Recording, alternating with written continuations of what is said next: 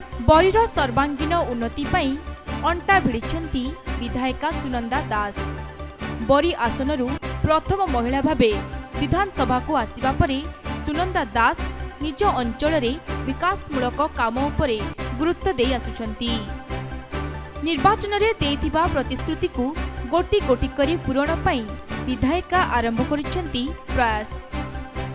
काकुड़ी कुद अटीरा नदीबंध प्रशस्तीकरण कार्य बोली देखिछंती विधायिका।